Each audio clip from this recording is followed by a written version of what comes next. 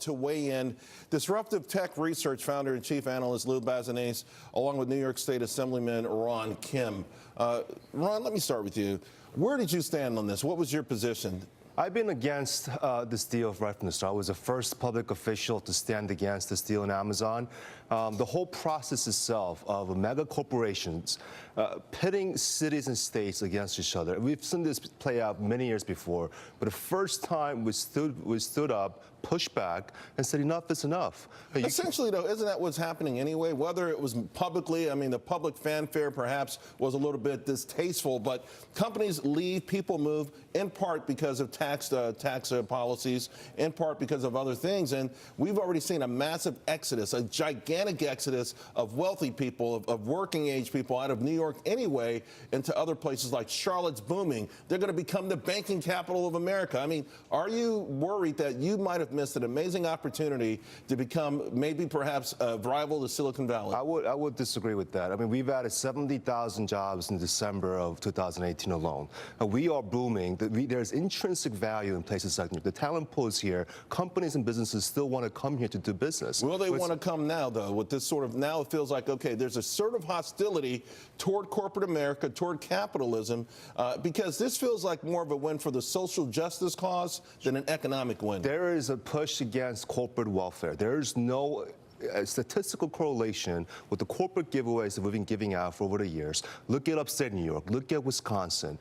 In upstate New York, in Buffalo, with Tesla, we're giving $1 million for one job. One job. That is not a good use of taxpayers' money. If you invest that money directly into our communities, local small businesses, where they can actually deliver results, tangible results, and that's a much better usage of taxpayers' money. Lou, I know you follow the stock closely. Yesterday, City's top internet analyst pulled Amazon as its top pick in internet.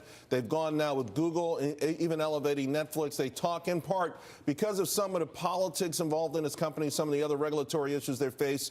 How is this going to impact the stock, and what should investors be bracing for?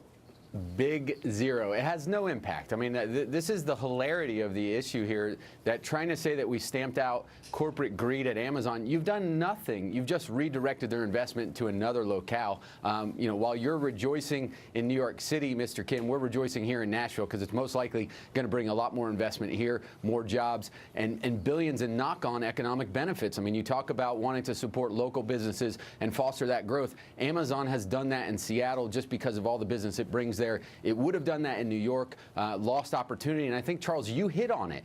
It really sends a desperate and not desperate, just a bad message to businesses elsewhere. Like, don't come to New York. We're hostile to you. We're anti-capitalist. We don't want you here. We got high taxes. There's really no way we can compete with other locales. Part of the argument here on the local level is that, yeah, there were going to be some great jobs, but not for the people who currently live in that neighborhood. Yeah, real estate was going to do very well, but not for the people who would probably be forced out of their homes that they've lived in for generations.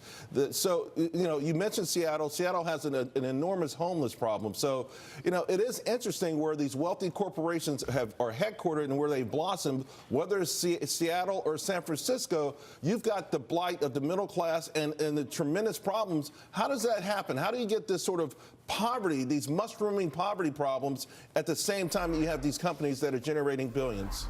Look, I think we're having to find ways to reinvigorate the entire community, but you're dealing with just land constraints in real estate in these major cities, right? Like, whether Amazon comes to New York or not, you have a housing affordability issue that I know Mr. Kim is familiar with because he's on the housing committee. So that didn't change because Amazon was coming or leaving. It's there. I think really we've got to find ways, not government handouts to individuals, but ways to encourage businesses and the redevelopment of areas that are going to provide jobs. And I do completely disagree that Amazon coming in will create more jobs for the lower and middle class, because there's going to be so many support businesses necessary. So like I talked about, the billions in knock-on benefits. If you have more employees coming to the city, you have to have realtors that can find them housing. You have to have all these support food services companies. I mean, there's so many economic benefits that come from a big tenant like that. All right, gentlemen, thank you both. The debate will go on for some time, of course. Hey, lawmakers are sending mixed, of course, over this decision. New York Congresswoman Alexandria Ocasio-Cortez,